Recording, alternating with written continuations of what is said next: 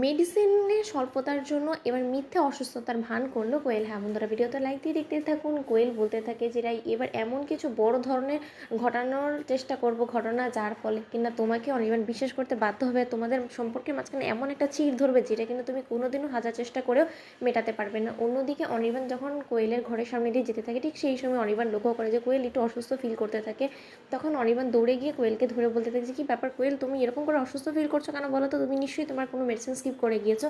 তখন কোয়েল বলতে থাকে যে না না অনির্বাণ, আমি কোনো মেডিসিন স্কিপ করিনি। তখন অনির্বাণ বলতে থাকে যে একদম মুখে মুখে তর্ক করার চেষ্টা করবে না, তোমার মেডিসিনগুলো কোথায় রেখেছো তুমি আমাকে বলো। তখন কোয়েল বলতে থাকে যে অনির্বাণ, তুমি শুধু শুধু এত খোঁজাখুঁজি করছো, কারণ এখানে কোথাও মেডিসিন নেই, কারণ আমার মেডিসিন অনেক আগেই শেষ হয়ে গিয়েছে।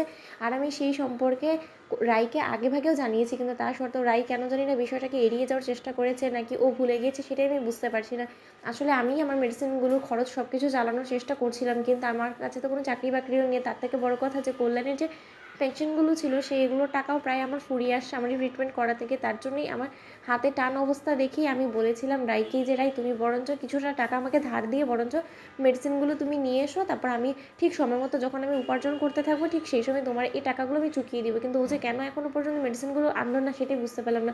তুমি এই নিয়ে আবার অনির্বাণ নতুন কোনো অশান্তি সৃষ্টি করো না, কারণ কাল রাতে যা কিছু হয়েছে রাই গোটা বিষয়টা আমার উপরে চাপিয়ে দিয়ে নিজেকে নির্দোষ প্রমাণ করতে গিয়ে আমাকে এমনভাবে তোমার কাছে অপদস্থ করার চেষ্টা করেছে। তারপরে আর আমি চাই না যে আমার এই মেডিসিন না থাকাটা নিয়ে আবার নতুন কোনো অশান্তি সৃষ্টি হোক। তখন অনির্বাণ বলতে থাকে যে তার মানে কাল রাতে যা কিছু তুমি বলেছো শুধুমাত্র রাইকে আড়াল করার জন্য, কিন্তু এই মিথ্যা কথা বলার তো তোমার কোনো প্রয়োজন ছিল না। তোমার কী দরকার আমাদের এই ফাটল ধরে যাওয়ার সম্পর্কটাকে বাঁচানোর? কিসের তো তোমার তাগিদ বলো তো কোয়েল? কেনই বা তুমি নিজের শরীরের সাথে এরকম একটা আচরণ করছো বলো তো? তোমার কি বাঁচতে ইচ্ছে হয় না? শোনো কোয়েল, তোমার বাঁচার ইচ্ছে নাই বা থাকতে পারে, কিন্তু তা সত্ত্বেও দিয়ার দিকে তাকিয়ে হলো তোমাকে বাঁচতে হবে, সেটা তুমি কেন ভুলে যাও বলো তো? আর তুমি বারবার করে এরকম করে রাইকে আড়াল করে আর যাই হোক না কেন বেশি দিন আমাদের সম্পর্কটাকে টেকাতে পারবে না, কারণ যেই সম্পর্কে কিনা অলরেডি ভালোবাসা এবং বিশ্বাস দুটোই উঠে গিয়েছে সেই সম্পর্কটাকে বেশি দিন টেকানো মোটেও আমার পক্ষে সম্ভব হবে না। কিন্তু এর জন্য রাইকে যথেষ্ট পরিমাণ আমার কাছে জবাবদিহি করতে হবে যে ও কেন তোমাকে বারবার মৃত্যুর দিকে ঠেলে দেওয়ার চেষ্টা করছে। কারণ ওর যদি কোনো বদ উদ্দেশ্য নাই থাকতো তাহলে তো ও নিশ্চয়ই সময় থাকতে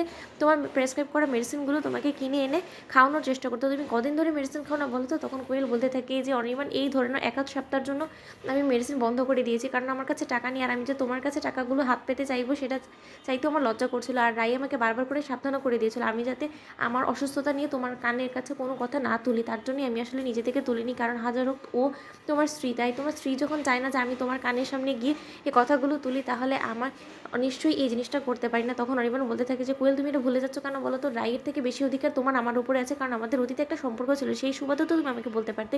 তো বন্ধুদের ভিডিওটি ভালো লাগলে লাইক শেয়ার করে সাবস্ক্রাইব করতে ভুলো না।